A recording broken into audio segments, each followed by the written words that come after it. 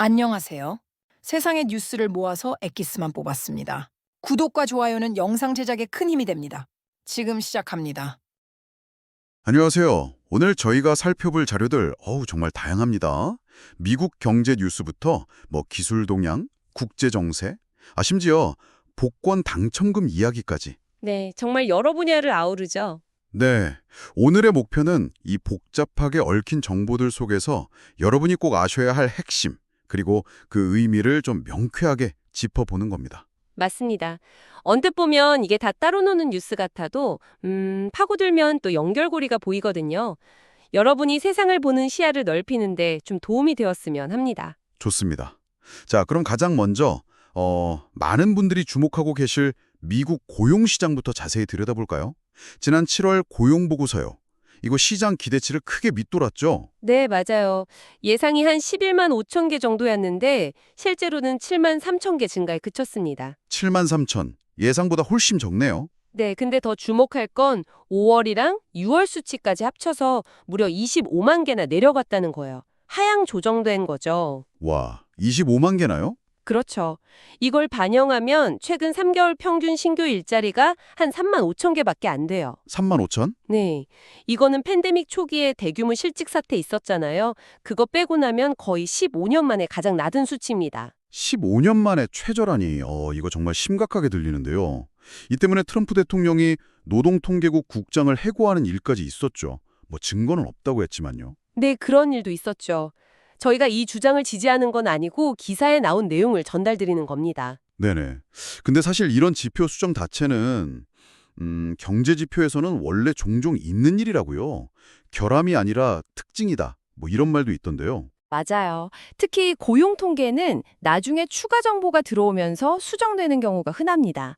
특히 요즘처럼 경제 전환기에는 변동성이 커서 그 수정폭이 더 클 수도 있고요. 전환기라서 더 그렇군요. 네.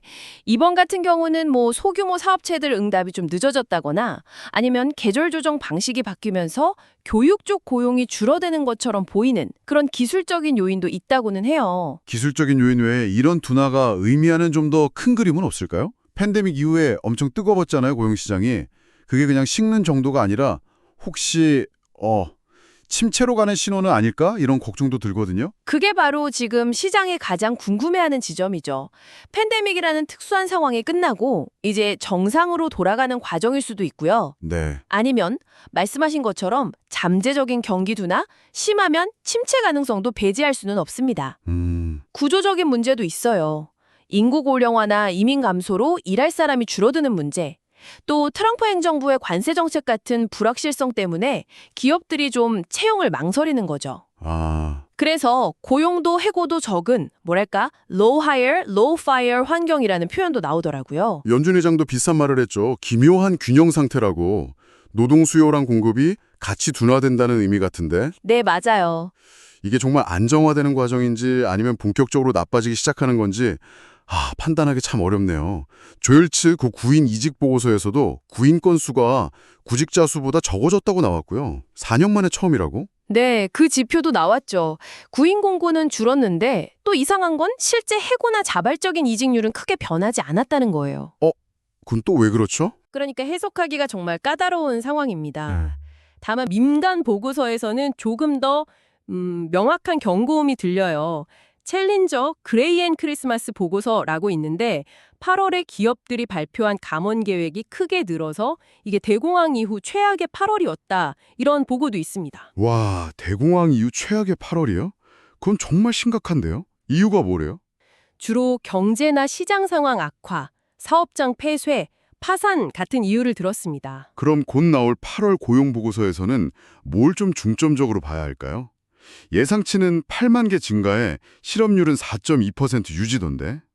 몇 가지 포인트가 있는데요. 첫째는 또 하향 수정이 크게 나올지 여부. 또 수정될까 봐. 네. 둘째는 고용 증가가 계속 의료나 사회 지원 같은 특정 분야에만 쏠리는지. 이게 좀 더 넓게 퍼져야 건강한 거니까요. 그렇죠.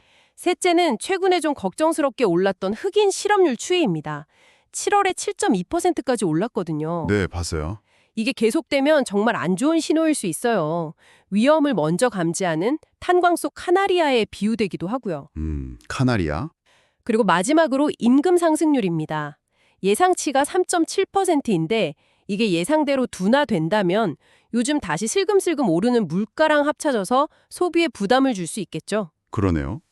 이 모든 게 결국은 연준의 금리 결정에 영향을 주겠군요.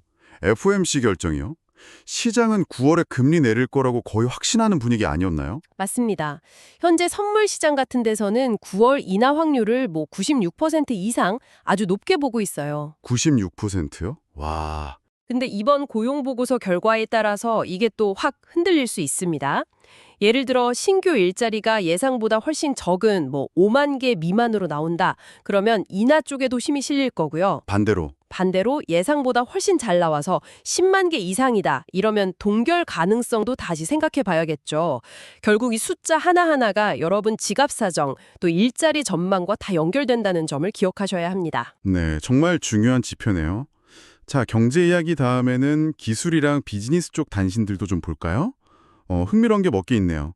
일론 머스크가 백악관 기술 서밋에 초청받았는데 안 간다고요. 네, 불참 의사를 밝혔다고 하죠. 트럼프 대통령이나 J.D. 벤스 부통령 쪽이랑은 관계가 좀 풀리는 듯한 발언도 나오고 그랬는데 의외네요. 그렇죠. 그런데 또 과거 바이든 행정부 시절에 전기차 관련 회의에 초대 못 받았던 일, 그런 걸 좀 마음에 담아두고 있는 거 아니냐, 그런 분석도 있고요. 아, 그런 배격이. 네.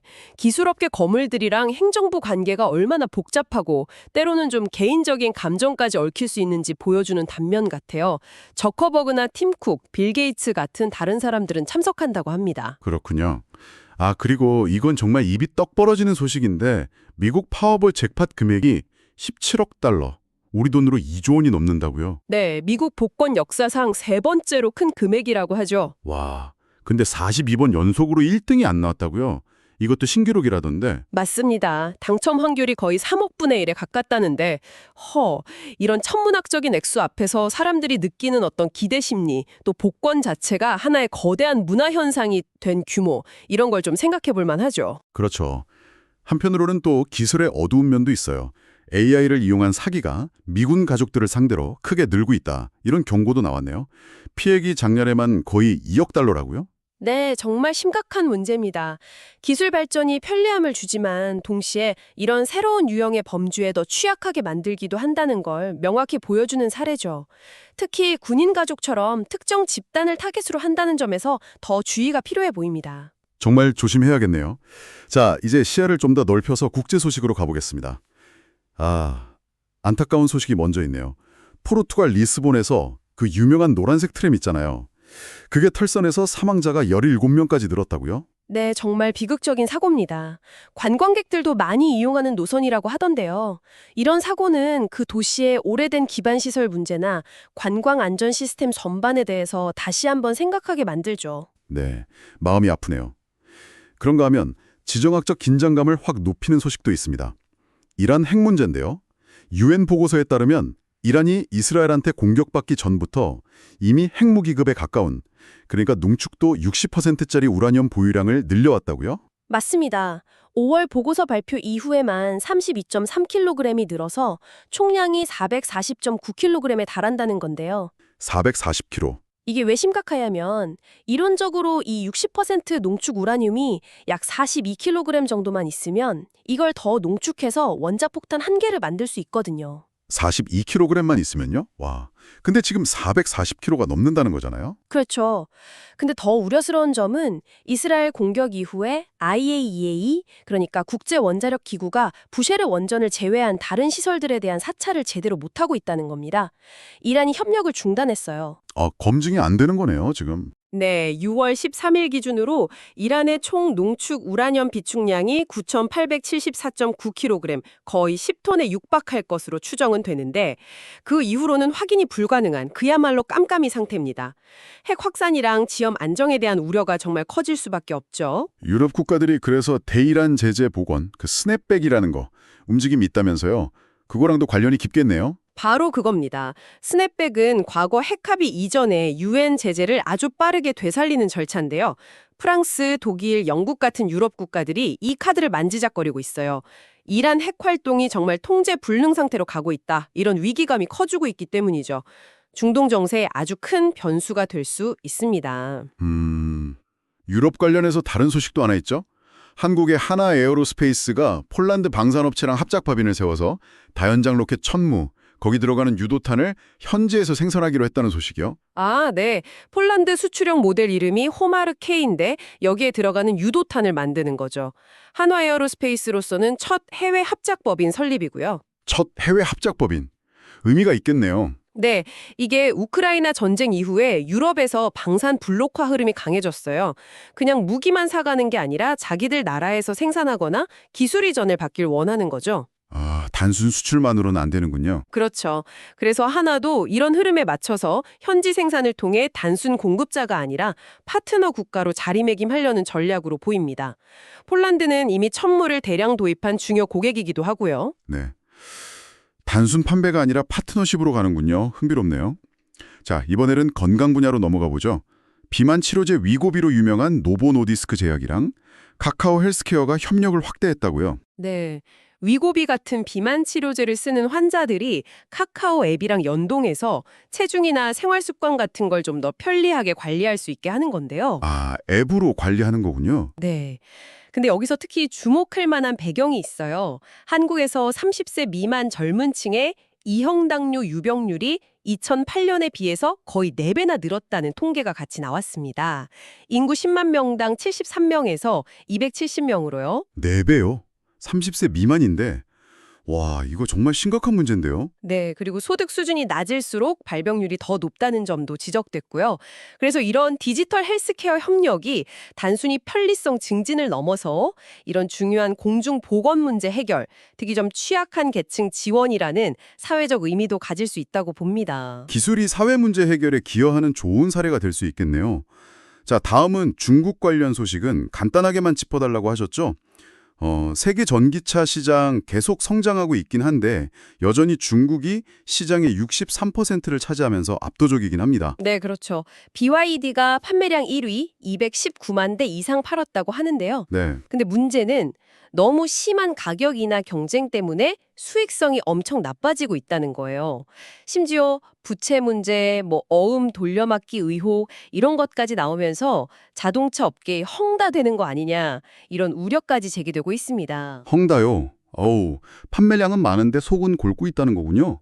테슬라는 어떻습니까? 테슬라는 판매량 순위에서는 3위로 밀려났지만 오히려 AI나 로보택시 같은 미래 기술 쪽에 집중하는 약간 다른 전략을 펴고 있는 걸로 보입니다. 이 두 회사의 전략 차이가 흥미롭죠? 네, 대비가 되네요. 북한 소식도 있었죠.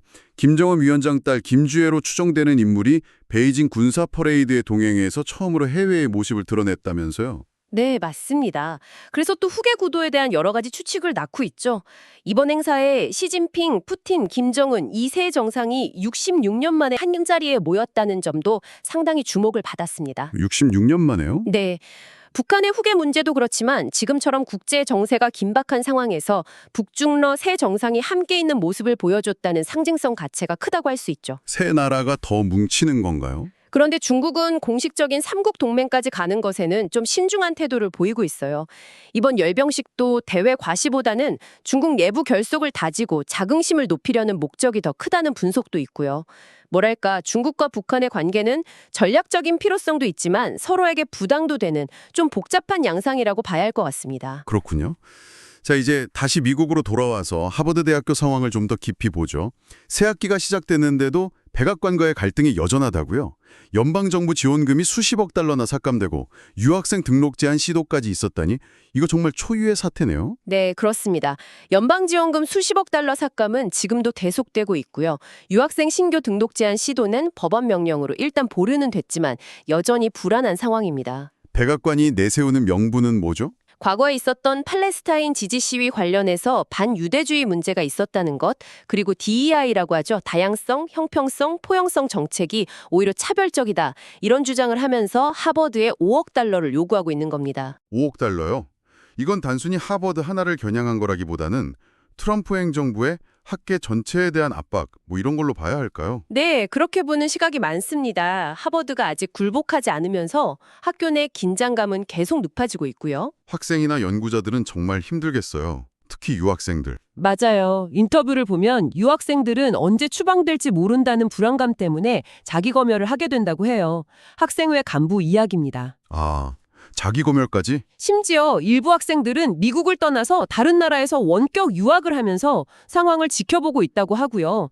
연구자들도 마찬가지예요. 지원금이 끊기니까 연구 프로젝트가 중단되고 박사 후 연구원 같은 자리를 잃는 사례도 나오고 있습니다. 한 연구원은 DEI 관련 연구 자체가 위축될까 봐 걱정하더라고요. 미국인 학생들도 자기 유학생 친구들이 겪는 스트레스를 바로 옆에서 보면서 안타까워하고 있다고 하고요. 하버드가 있는 케임브리지 지역사회 분위기도 좀 뒤숭숭하겠네요. 그렇죠. 지역사회도 하버드 의존도가 높은데 정치적으로는 백악관과 대립각을 세우고 있으니까요. 최근에 법원이 하버드 손을 들어줘서 지원금을 복구하라는 명령을 내리긴 했습니다. 수정헌법 제1조 위반 소지가 있다고 본 거죠. 아, 다행이네요. 그런데 백악관이 즉각 항소해서 아직 불확실성은 여전합니다. 그래서 일각에서는 컬럼비아 대학 사례처럼 하버드도 결국 백악관과 합의하지 않겠냐 이런 전망도 나와요. 컬럼비아는 어떻게 했었죠? 컬럼비아는 2억 2천만 달러 정도를 내고 정부 지원을 복구하는 대신에 대학 운영을 감시하는 독립감시관을 받아들였거든요. 독립감시관이요? 하버드도 그런 식으로 합의할 수 있다는 거군요. 근데 그건 학문의 자유를 침해할 수 있다는 우려가 크지 않을까요? 학생에서도 그런 걱정을 하던데요. 네, 바로 그 점입니다. 그런 식의 합의 자체가 트럼프 대통령의 압박에 정당성을 부여하는 꼴이 될 수 있다, 이런 비판이죠. 학교 지도부로서는 정말 어려운 결정만 남은 셈인데 학생들은 불안한 마음으로 지켜볼 수밖에 없는 상황입니다. 이 사태가 앞으로 미국 대학의 자율성 그리고 학문의 자유에 어떤 영향을 미칠지 중요한 분수령이 될 것 같아요. 와, 오늘 정말 숨갑게 다양한 소식들을 짚어봤네요. 불안정한 미국 경제 상황부터 시작해서 기술의 빛과 그림자, 또 이란 핵 문제나 리스본 참사 같은 국제적인 사건들, 그리고 북중 러나 하나 폴란드처럼 변화하는 동맹 관계, 헬스케어 기술의 진보, 마지막으로 미국 학계와 정치권의 첨예한 갈등까지. 어우, 정말 정신없으셨죠? 네, 정말 많은 이야기를 나눴는데요.